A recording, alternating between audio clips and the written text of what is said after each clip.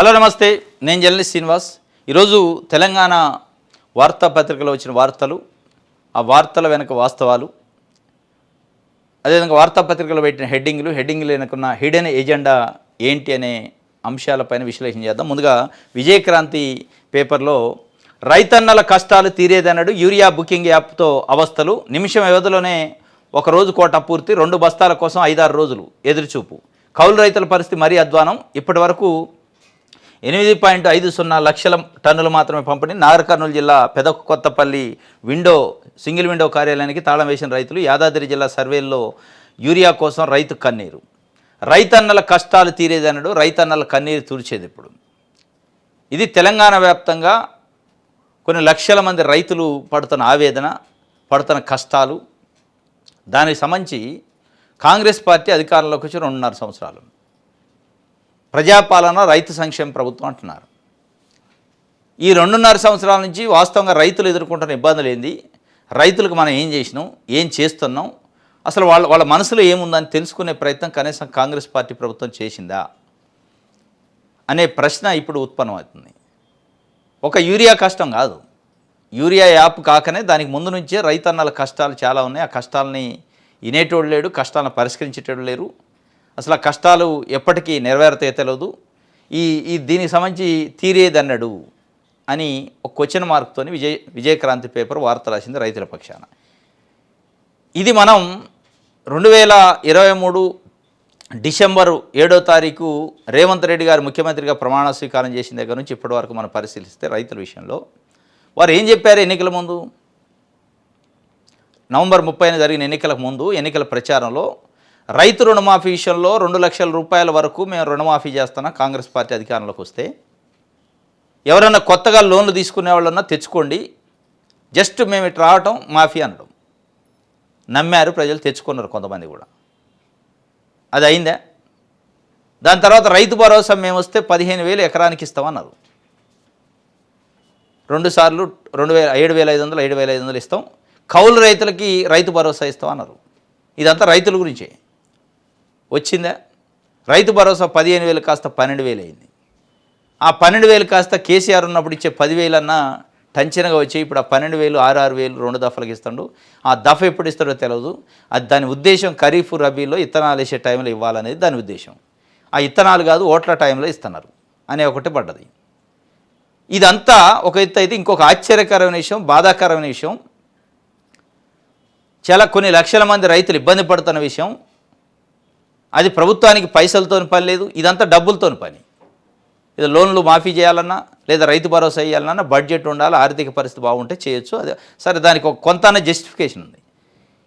ఇంకోటి, అసలు అత్యంత ఇబ్బందికరమైన కష్టమైన పని, రైతులకు సంబంధించి చాలా ఇబ్బందికరమైన పరిస్థితిలో ఉన్నారు. దాన్ని పరిష్కరించడం ప్రభుత్వానికి పెద్ద పని కాదు, ఆర్థిక వనరులు కూడా దానికి అవసరం లేదు. అయినా దాన్ని కూడా పరిష్కరించట్లేదు. ఏంటిది అది? మేము గెలిస్తే ధరణిని బంగాళాఖాతంలో కలుపుతాం, మేము గెలిస్తే సాదా బైనామాని రెక్టిఫై చేస్తాం, మేము గెలిస్తే కొత్త చట్టం తెస్తాం. ఏది మరి తెచ్చారు? ఏం పని చేస్తుంది? అదే 9,50,000 మంది సాదా బైనామా బాధితులు అట్లనే ఉన్నారు. అదే ధరణి బాధితులు మళ్ళా ఎంఆర్ఓ ఆఫీసుల చుట్టూ చెప్పులు అరిగేదాకా తిరుగుతూనే ఉన్నారు. అదే ధరణిలో ఏ సమస్యలు అయితే వచ్చినాయో భూభారతిలో కూడా మళ్ళీ కొత్త సమస్యలు వస్తున్నాయి, పరిష్కరించే వాళ్ళు లేరు. కోర్టుకు పోవాలో తెలియదు, ఆర్డీఓను కలవాలో తెలియదు, కలెక్టర్ను కలవాలో తెలియదు, ఎవరిని కలిసినా సమానం లేదు. అదైతే ఇంకా దారుణమైన విషయం. కాళ్ళ చెప్పులు అరిగేలాగా కొన్ని లక్షల మంది రైతులు ఎంఆర్ఓ ఆఫీసుల చుట్టూ, అధికారుల చుట్టూ తిరుగుతున్నారు, సమస్యల పరిష్కారం కావట్లేదు అనేది రైతుల గోస. ఈ సాదా బైనామా మీద అయితే ఇప్పుడొకసారి పేపర్లో వస్తుంటుంది, సాదా బైనామా మీద ఆలోచిస్తున్నారు అని చెప్పి. ఎన్ని రోజులు ఆలోచిస్తారు? ఎన్ని సంవత్సరాలు పట్టింది మీకు ఆ సమస్యను పరిష్కరించడానికి అనేది ఇది రైతుల కోణం. ఇక 2 లక్షల లోపు రైతులకి మేము రుణాలు మాఫీ చేస్తాం 2 లక్షల వరకు అని చెప్పి 567 జీవో రిలీజ్ చేస్తే, ఆ జీవో ఎడిపోయిందో తెలియదు. దాంట్లో బాధితులు చాలామంది, 40% మంది రైతులకు రుణమాఫీ కాలే. ఆ కాని రైతులకు సమాధానం ఏంటని ఎవరు చెప్తారు? ఎక్కడ అడగాలి? అసలు ప్రభుత్వం ఏమనుకుంటుంది? ఇంతవరకు మాట్లాడటలే. ఇవి రైతులకు సంబంధించి అంశాలు ఇట్లే ఉంటే, ఇక డబ్బులు పెట్టి మేము కొనుక్కుంటాం యూరియా అంటే యూరియా ఇవ్వలేని పరిస్థితుల్లో ప్రభుత్వం ఉంది ఈరోజు. డబ్బులతోనే ఉత్తగి ఇవ్వమంటలే, మీకు ఫ్రీగా ఇవ్వమంటలే. పైసలు రెడీగా క్యాష్ ఇచ్చి కొనుక్కుంటాం అంటే కూడా యాప్లు పెట్టి లైన్లో క్యూలో నిలబెట్టి పోలీసులను పెట్టి రోజుల తరబడి వెయిట్ చేస్తే 2 కట్టలు 3 కట్టలు 2 బస్తాలు 3 బస్తాలు యూరియా వచ్చే పరిస్థితి. ఇవన్నీ దీనికి సంబంధించిన రైతుల కష్టాలు. ఇది ప్రభుత్వ వైఫల్యమా రైతుల కష్టాలని చూస్తే ముందైతే రైతుల కష్టాలు. ఆ కష్టాలను కడతీర్చే ప్రభుత్వం కావాలి, ఆ కష్టాలను కడతీర్చే నాయకుడు కావాలి, కష్టాలను కడతీర్చే ముఖ్యమంత్రి కావాలి. వీళ్ళు ఏం ఆలోచిస్తున్నారు?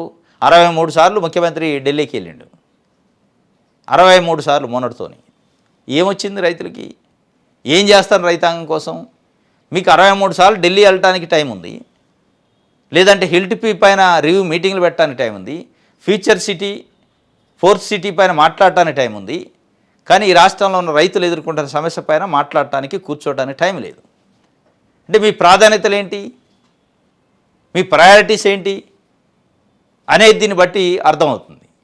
ఇది ఈరోజు రైతులకు సంబంధించి విజయక్రాంతి పేపరు రైతన్నల కష్టాలు తీరేదనడు యూరియా బుకింగ్ యాప్తో అవస్థలు అని చెప్పిండు. కానీ ఒక యూరియానే కాదు, ఇప్పుడు మనం మాట్లాడుకున్న అనేక అంశాలలో ప్రభుత్వం స్పందించాల్సిన అవసరం ఉంది. రైతు రుణమాఫీ కాడి నుంచి మొదలు పెడితే ఇప్పుడు రైతు భరోసా ఇవ్వాల్సిన దాని కాడికి, రైతు భరోసా పైన కూడా ముఖ్యమంత్రి నల్గొండలో ఆర్భాటంగా ప్రకటన చేశారు. ఇంతవరకు దానిపైన మాట లేదు, మందలింపు లేదు. అది ఎప్పుడు వస్తుందో తెలియదు. రైతు భరోసా కానీ, యూరియా కానీ, రైతు రుణమాఫీ కానీ, ధరణి సమస్యలు కానీ, భూభారతి సమస్యలు కానీ, సాదా బైనామా విషయాలు కానీ, ఇవన్నీ రైతులతో ముడిపడి ఉన్నాయి. రైతు ప్రత్యక్షంగా బెనిఫిట్ పొందే అంశాలు ఇవి. వీటిపైన మీరు మాట్లాడకపోతే, వీటిపైన రెక్టిఫై చేయకపోతే 2.5 సంవత్సరాలు గడిచిన తర్వాత కూడా మీ రైతు ప్రభుత్వం అనుకోవాలన్నా మరి ఏ ప్రభుత్వం కావాలి అనేది సమాధానం చెప్పాల్సిన అవసరం ఈరోజు ముఖ్యమంత్రి గారికి ఉంది. ఇది ఒక వార్తగా ఇచ్చారు. ఇంకోటి, బీసీలకు 55,000 కోట్లు సంక్షేమానికి బడ్జెట్లో కేటాయించాలి, బీసీ సబ్ ప్లాన్ అమలు చేయాల్సిందే.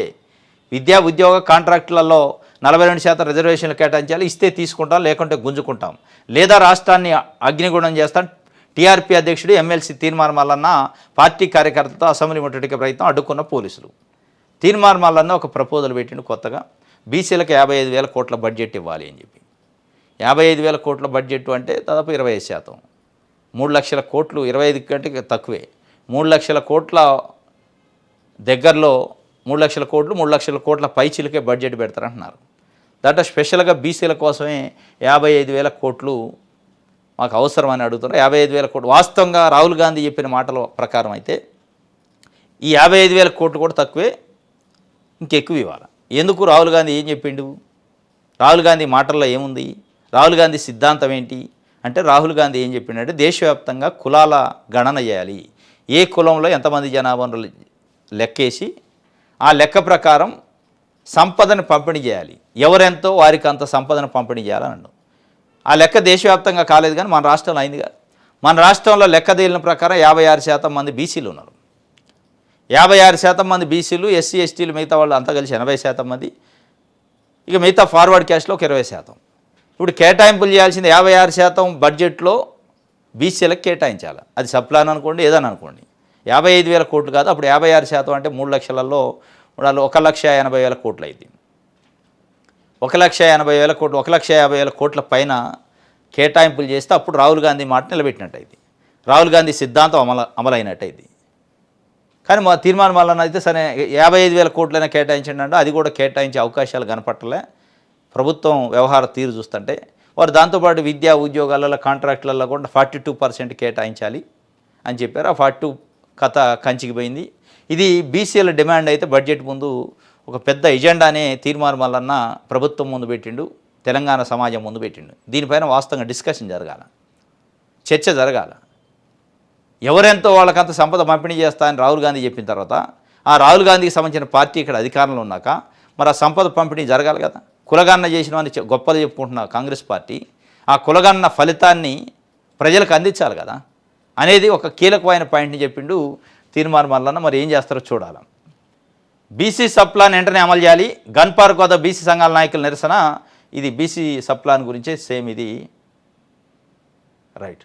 ట్రీట్మెంట్కి డబ్బులు లేక రిటైర్డ్ ఎస్ఐ మృతి చెందిండట. ఖమ్మం నగరానికి చెందిన కుక్కల మైసయ్య గత ఏడాది ఫిబ్రవరిలో ఏఆర్ఎస్ఐగా రిటైర్ అయ్యారు. భార్యాభర్తలు ఇద్దరు ఇటీవల అనారోగ్యానికి గురయ్యారు. చికిత్స కోసం ఈ నెల 18న వారు ఖమ్మంలోని ఆసుపత్రిలో చేరారు.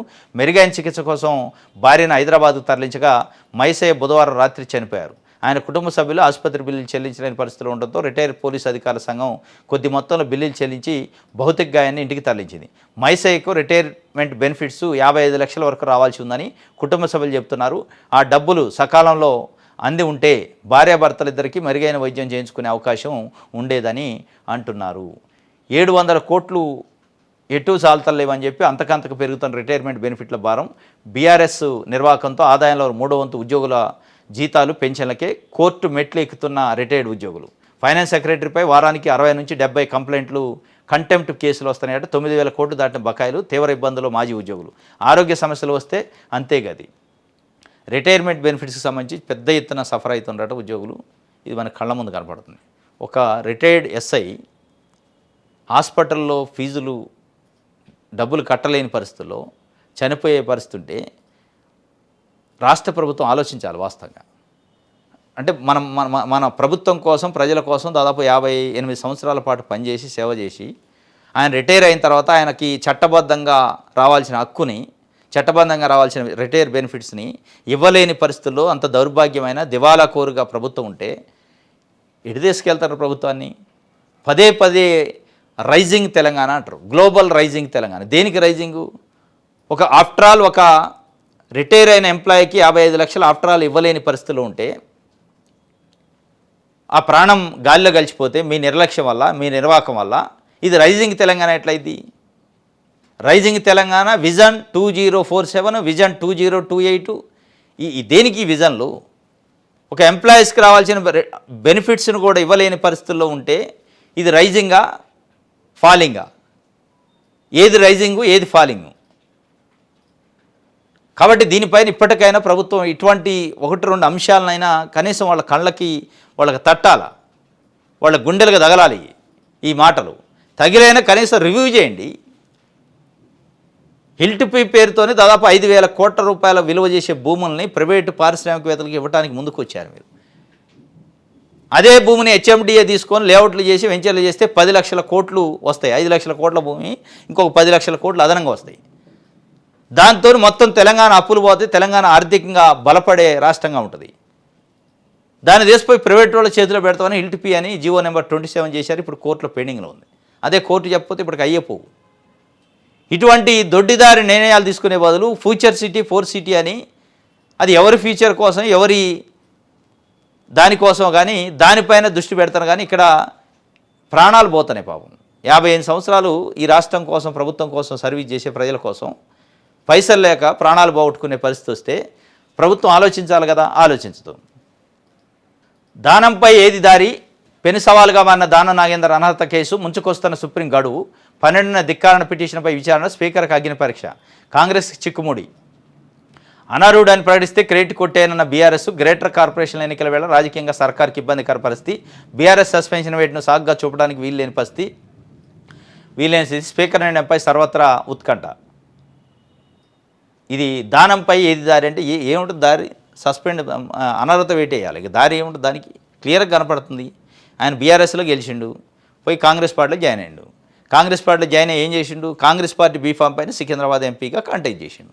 అది ఆన్ రికార్డు కదా, ఎలక్షన్ కమిషన్ దగ్గర ఉంటుంది కదా. ఇక దాంట్లో ఇక దారి దొరకనంత ఏం చీకటి ఉందా? దారి దొరకడానికి ఏదో టార్చ్ లైట్లో, ఫ్లడ్ లైట్లు వేసుకొని చూడాల్సినంత ఏం లేదు అందులో. కరెక్ట్గా అంత సూటిగా కనపడుతుంది. దారి చాలా క్లియర్గా ఉంది, ఎక్కడ ఏం అడ్డం లేదు. డైరెక్ట్గా వెయిట్ వేయచ్చు. ఎందుకు వేయరు అంటే ప్రభుత్వానికి ఇబ్బందికరం, కాంగ్రెస్ పార్టీకి ఇబ్బందికరం. జిహెచ్ఎంసీ మున్సిపల్ ఎన్నికల ముందు ఏటేస్తే అది జిహెచ్ఎంసీ పరిధిలో ఖైరతాబాద్ ఉంది, అదొక ఉప ఎన్నికలు వస్తాయి. దీన్ని బీఆర్ఎస్ అడ్వాంటేజ్ తీసుకుంటుంది. దీనివల్ల ఒక దానం నాగేందర్తో పోద్దా, మిగతా పార్టీ మన 10 మంది ఎమ్మెల్యేలు బిక్కు అంటూ బతకాల. వాళ్ళ ఇప్పుడు ఆ 3 రంగుల కండ తీసి మళ్ళీ గులాబీ కండ వేసుకొని ఇష్టం ఉన్నా లేకపోయినా తిరగాల్సి వస్తుంది ప్రజల్లో. Gudem Mahipal Reddy Patancheru return to home, back to home అంటారు కదా, వచ్చేసి మున్సిపల్ ఎన్నికల్లో గులాబీ కండ వేసుకొని కారు గుర్తు కోసం పనిచేసిండు. ఇప్పుడు మిగతా వాళ్ళు కూడా పని చేయాల్సి వస్తుంది. ఒక దానం నాగేంద్ర మీద వేటు పడితే దాని ఇంపాక్టు కాంగ్రెస్ పార్టీ పైన, కాంగ్రెస్ పార్టీలో జాయిన్ అయిన 10 మంది ఎమ్మెల్యేల పైన పడుద్ది. ఇది రాజకీయాలు కూడా సమీకరణలో మారే అవకాశం ఉంటుంది. బీఆర్ఎస్ దీన్ని అడ్వాంటేజ్ తీసుకుంటుంది అని దాన్ని పెండింగ్లో పెట్టడానికి దారి ఎవరిని అడుగుతున్న దారి ఇదని? దారి చాలా క్లియర్గా ఉంది. ఏం లేదు, ఒకటే నిమిషం అది పని. ఎలక్షన్ కమిషన్ వెబ్సైట్లోకి పోతే ఆయన ఏ పార్టీ తరఫున బీఫామ్ వేసిండు తెలిసిపోయాయి. నామినేషన్ ఏ పార్టీ తరఫున వేసిండు, ఎమ్మెల్యే ఎలక్షన్లో ఏ పార్టీ, ఎంపీ ఎన్నికల్లో ఏ పార్టీ, అయిపోయాయి. ఇక దీనికి దారి ఏముంటుంది? అందులో దారి దొరక్క కాదు, దారి క్లారిటీ ఉంది. కాంగ్రెస్ పార్టీకి ఇబ్బందికరం కాకుండా ఉండటం కోసం వెయిట్ చేస్తున్నట్టుంది తప్ప వేరే ఏం లేదు. దానం నాగేంద్ర ఇది మార్చి 12న కంటెంప్ట్ ఆఫ్ కోర్టు పిటిషన్ ఉంది సుప్రీంకోర్టులో. ఆలోపు దానం నాగేంద్ర కథ ఏదో ఒకటి తేలవాలి. ఇక అప్పటికే జిహెచ్ఎంసీ పైన కూడా క్లారిటీ వచ్చే అవకాశం ఉంది. దాని మీద కూడా ఇప్పుడు ఇది విలీనం ప్రక్రియ పైన కేసు ఉంది. డీసీసీలు వసూలు రాజ్యాలట, మున్సిపల్ ఎన్నికల్లో జిల్లా అధ్యక్షుల చేతివాటం, టికెట్ల కేటాయింపులో కమిషన్ల పర్వం, ఒక్కొక్కరి నుంచి 3 లక్షల వరకు డిమాండ్ అట, ఇవ్వని అభ్యర్థులకు బెదిరింపులు, చివరి రోజు వరకు సతాయింపులు, ఫిర్యాదు చేసేందుకు రెడీ అవుతున్న బాధితులు. అంతా అయిపోయింది. మున్సిపల్ ఎన్నికలు 116 మున్సిపాలిటీ 7 కార్పొరేషన్ ఎన్నికలు జరిగినాయి. కాంగ్రెస్ పార్టీ దాదాపు 90 పైగా చైర్మన్లు దక్కించుకుంది. కాంగ్రెస్ పార్టీ హస్తం హవా అని చెప్పి బ్యానర్ ఐటంలో వచ్చినాయి. దీని వెనక పెద్ద కథ జరిగిందట. డీసీసీ అధ్యక్షులు వాళ్ళ పార్టీ అభ్యర్థులకి బీఫామ్ ఇవ్వడానికి డబ్బులు వసూలు చేశారట. ఆ డబ్బులు వసూలు చేయబట్టి ఈ కథ అంత అవుతుంది. ఏది వలస కాంగ్రెస్, అసలు కాంగ్రెస్. ఇక డబ్బులు తీసుకుంటాడు వలస కాంగ్రెస్, అసలు కాంగ్రెస్, జెండా మోసిండా, కార్యకర్త కాదా కూడా చూడరు కదా. డబ్బులు వచ్చిందా లేదా, కౌంటరు భర్తీ అయిందా లేదా చూసుకుంటారు. డీసీసీ అధ్యక్షులు చాలా చోట్ల అది చేశారంటే. డీసీసీ అధ్యక్షులే కాదు, బయట జరుగుతున్న చర్చ ఏంటంటే కాంగ్రెస్ పార్టీకి సంబంధించిన కొంతమంది స్థానిక ఎమ్మెల్యేలు, స్థానిక ఎమ్మెల్యేలు వాళ్ళ కాన్స్టిట్యున్సీల పరిధిలో ఉన్న మున్సిపాలిటీల్లో కౌన్సిలర్ టికెట్లకి కార్పొరేటర్ టికెట్ల కోసం బీఫామ్ ఇవ్వటం కోసం డబ్బులు తీసుకున్నారట. ఆ కౌన్సిలర్లే కాక చైర్మన్లు, వైస్ చైర్మన్లు ఎన్నిక కూడా డబ్బులు తీసుకున్నారట అనేది బయట చర్చ. Of the record Congress party నాయకులే మాట్లాడుకుంటున్నారు. ఆ డబ్బులు తీసుకున్న వ్యవహారంతోనే కాంగ్రెస్ పార్టీలో కుమ్ములాట్లు స్టార్ట్ అయినాయి. అసలు జెండా మోసిన వాళ్ళు కాకుండా కొత్తగా వచ్చిన వాళ్ళు, అప్పటికప్పుడు ఎలక్షన్ ఉంది కాబట్టి వచ్చిన వాళ్ళు కొంతమంది చైర్మన్ అయ్యారని, కొంతమందికి అవకాశాలు ఇచ్చారని. ఇక దీంట్లోనే వాళ్ళ వర్గాలు కుమ్ములాట్లు, ఎమ్మెల్యే వర్గం, ఎంపీ వర్గం, లేదా ఎమ్మెల్యే వర్గం, మంత్రివర్గం, లేదా ఎమ్మెల్యే వర్గం, లేదంటే కొత్తగా జాయిన్ అయిన బీఆర్ఎస్ నుంచి జాయిన్ అయిన ఎమ్మెల్యే వర్గం, పాత కాంగ్రెస్ నాయకులు, వీళ్ళంతా వర్గాలు కుమ్ములాట్లని. అది కాంగ్రెస్ హస్తం హవా లెక్క ఉంది, బాగా హవా వచ్చినట్టుంది, కింగ్ లెక్క ఉంది. కానీ కాంగ్రెస్ లోపల కుతకుతలాడుతుంది. మేడిపండు చందంగా ఉంది. మేడిపండు ఇప్పి చూడు, పొట్ట విప్పితే పురుగులు ఉంటాయని అంటారు కదా. ఆ పొట్ట ఇప్పితే మొత్తం పురుగులే ఉంటాయి. ఇక ఈ బయటకు వస్తున్నాయి. వసూలు రాజ్యాలు బయటకు వస్తున్నారు. వసూలు రాజ్యాలపైన కంప్లైంట్లు ఇవ్వడానికి కాంగ్రెస్ పార్టీ కార్యకర్తలు సిద్ధమవుతుండటం. ట్రంప్ సుంకాలు చెల్లవు, అలా విధించడం రాజ్యాంగ విరుద్ధం. అమెరికా సుప్రీంకోర్టు చెప్పింది. అత్యవసర చట్టం కింద సుంకాలు విధించే హక్కు అధ్యక్షుడికి లేదు. ఆ చట్టం కింద వాణిజ్యాన్ని నియంత్రించే హక్కు మాత్రమే ఉంటుంది. ఇంతకుముందు ఏ అధ్యక్షుడు ఇలా సుంకాలు విధించలేదు. ఈ కేసు ఏంటంటే డొనాల్డ్ ట్రంప్ పిచ్చోడి చేతిలో రాయలేక ప్రపంచంలో ఏ దేశం పైన అంటే ఆ దేశం పైన విచ్చలవిడిగా సుంకాలు విధించడం. మన దేశం పైన కూడా 50% సుంకాలు విధిస్తామని విధించిండు. విధించిన దాని తర్వాత మళ్ళీ 20% దాంట్లో తగ్గిస్తామని తగ్గించారు. విధించిన రోజు మోడీ మాట్లాడలేదు, మోడీ ప్రభుత్వం మాట్లాడే, బీజేపీ మాట్లాడాలి ఆ విధింపు పైన. తగ్గించిన రోజు శక్తివంతమైన ప్రధాని మోడీ కాబట్టి తగ్గించిండు డొనాల్డ్ ట్రంప్ అన్నారు. దానిపైన కాంగ్రెస్ పార్టీ ప్రతిపక్షాలు ఏమంటున్నాయి? ఇది మోడీ శక్తివంతం కాదు, మోడీ తలొగ్గిండు అమెరికాకి, వాళ్ళు పెట్టిన షరతులకి అంగీకరించిండు కాబట్టే ట్రంప్ తగ్గించిండు అని చెప్పి. అసలు సుంకాలే అక్రమం, ఈ ట్రేడ్ డీల్ కూడా అక్రమం అని దీని వెనక పెద్ద కుట్ర ఉంది. అమెరికాకి సంబంధించిన పంటల్ని బేషరతుగా దిగుమతి చేసుకోవడానికి 0 సుంకాలతోని మోడీ ఒప్పుకున్నాడు. అందుకే ఆయన 25%కి సుంకాలు తగ్గించిండని ఆరోపిస్తున్నారు. పార్లమెంటులో కూడా అదే రచ్చ. దీనిపైన ఇప్పటివరకు ఇది జరుగుతుంది. అమెరికాకు సంబంధించిన యుఎస్ సుప్రీంకోర్టే సాక్షాత్తు డొనాల్డ్ ట్రంప్కి అసలు అధికారమే లేదు. సెనెట్ ఏదైనా ఉంటే చేయాలి. సెనెట్ అంటే మన దగ్గర పార్లమెంట్ ఎట్లా ఉంటుందో అట్లా ఉంటుంది. ఆ సెనెట్కే ఉంటుంది ఏదైనా ట్రంప్ సుంకాలు వేయాలన్నా సుంకాలు తీసేయాలన్నా. తప్ప డొనాల్డ్ ట్రంప్కి ఏం అధికారం ఉంటుంది? చట్టబద్ధంగా చెల్లదు. అసలు మీరు పెంచిన సుంకాలను రెట్ని చేయండి, ఇప్పటివరకు వసూలు చేసినా కూడా ఆ దేశాలకు రెట్ని చేయండి అన్నాడు. మరి ఇప్పుడు నరేంద్ర మోడీ చెబుతున్న నేను శక్తివంతమైన మా ప్రధాని శక్తివంతమైన ప్రధాని చాలా శక్తివంతమైన పని చేసిందని చెప్తున్నారు. మరి ఆ శక్తివంతమైన పని అమెరికా సుప్రీంకోర్టే ఖండించింది, వ్యతిరేకించింది. మరి ఏం శక్తి ఉన్నట్టు ఇప్పుడు ఇది శక్తి దేనికి ఉపయోగపడ్డది? డొనాల్డ్ ట్రంప్ వేసిన 50% అయినా 20% ఆ సుంకాలే తప్పు అన్నాక ఆ సుంకాలకు మీరు తలొగ్గి 50 నుంచి 20% తగ్గించిండు కాబట్టి నేను శక్తివంతంగా పనిచేసినని చెప్తే అసలు 25 కాదు 50 కాదు అంత తప్పు అని చెప్తుండే అక్కడ కోర్టే. అంటే మీరు ఏం పని చేసినట్టు? మరి అంత తప్పుడు సుంకాలను మీరు అంగీకరించి ఏదో దాంట్లో చేసినట్టు బిల్డప్ ఇచ్చారని కదా దాని అర్థం అనేది భారతదేశంలో ప్రజలు ఈరోజు ప్రశ్నిస్తున్నారు మోడీ ప్రభుత్వాన్ని. అది బయటికి రానిరు. మీడియా మేనేజ్మెంటు చాలా అద్భుతం చేసినట్టు చెప్పే ప్రయత్నం. ఇప్పుడు భారతదేశంలో జరుగుతున్న ఎన్నికల ప్రక్రియ ఈవీఎంల పైన కూడా ఇదే జరుగుతుంది. ఏదో ఒకరోజు సుప్రీంకోర్టు లేదా అత్యున్నత న్యాయస్థానంలో జడ్జెస్ దానిపైన సంచలనాన్ని తీర్పిచ్చే వరకు అద్భుత విజయాలే జరుగుతాయి. అది వచ్చే వరకు ఈ సుంకాల డొల్ల ఎట్లయితే సుప్రీంకోర్టు అంటే అమెరికా సుప్రీంకోర్టు వ్యాఖ్యలతోని తీర్పుతోని బయటపడదో, మన దగ్గర జరుగుతున్న ఈవీఎంల ప్రక్రియ ఎన్నికల్లో జరుగుతున్న అవకతవకల్లో పైన కూడా భవిష్యత్తులో బయటపడే అవకాశం ఉంది. వీళ్ళు చెప్తున్న తప్పు అనేది తేలుతుంది. తప్పు చేయకపోతే ఈవీఎంలో ఏ తప్పు జరగకపోతే ఎలక్షన్ కమిషను ఎలక్షన్ జరిగిన రికార్డులు బయటకు ఇవ్వడానికి ఎందుకు సంశయిస్తుంది? ఎలక్షన్ జరిగిన వెబ్కాస్టింగ్ కానీ వీవీప్యాడ్లు కానీ ఎలక్షన్ సంబంధించిన ఆ డేటాను కానీ బయటకు ఇవ్వడానికి అంగీకరించట్లే. గోప్యత అంటున్నారు. గోప్యత ఏంది? తప్పులు బయటపడకుండా ఉండటానికి గోప్యత, నిజంగా గోప్యత ఉండటానికి ఏమైనా చట్టాలు ఉన్నాయా? దాంట్లో గోప్యత ఏముంది? ఇదేమైనా దేశ భద్రతకు సంబంధించిన అంశమా? గోప్యత ఉండటానికి అవసరం లేదు కదా. ఆన్ రికార్డు బయట పెట్టచ్చు కదా. మీ పైన అనుమానాలు ఉన్నాయి, ఎలక్షన్ కమిషన్ పైన అనుమానాలు ఉన్నాయి, అనుమానాలు నివృత్తి చేయాల్సిన బాధ్యత ఎలక్షన్ కమిషన్కు ఉంది. అడిగే హక్కు ప్రతి ఓటర్కు ఉంటుంది, చెప్పాల్సిన బాధ్యత ఎలక్షన్ కమిషన్కు ఉంటుంది. ఎందుకు చెప్పదు? మొత్తం బయట పెట్టండి, రికార్డులు ఏముందో చెప్పండి, వాస్తవాలు ఏందో బయట ప్రజలు తెలుతాయి కదా. ఏది లేదు ట్రాన్స్పరెన్సీగా జరిగిందా అనుకుంటారు కదా ప్రజలు. కాబట్టి అది ఎట్లనో ఎలక్షన్ కమిషన్ వ్యవహార శైలి ఎట్టుందో డొనాల్డ్ ట్రంప్ వ్యవహార శైలి, డొనాల్డ్ ట్రంప్కి మనకి యుఎస్కి ఇండియా జరిగిన ట్రేడ్ డీలు పైన కూడా ఇట్లనే అనుమానాలు ఉన్నాయి. ఈ అనుమానాల విషయం నిన్న స్పష్టం అయిపోయింది. ఇది తప్పుడు సుంకాలకు మోడీ మద్దతు ఇచ్చినట్టు అర్థమవుతుంది మనకి. రైట్, ఇది ఆంధ్రజ్యోతి సంబంధించి. ఇది ఈరోజు న్యూస్ అనాలిసిస్. రేపు తాజా వార్తలతో తిరిగి కలుసుకుందాం. Thank you.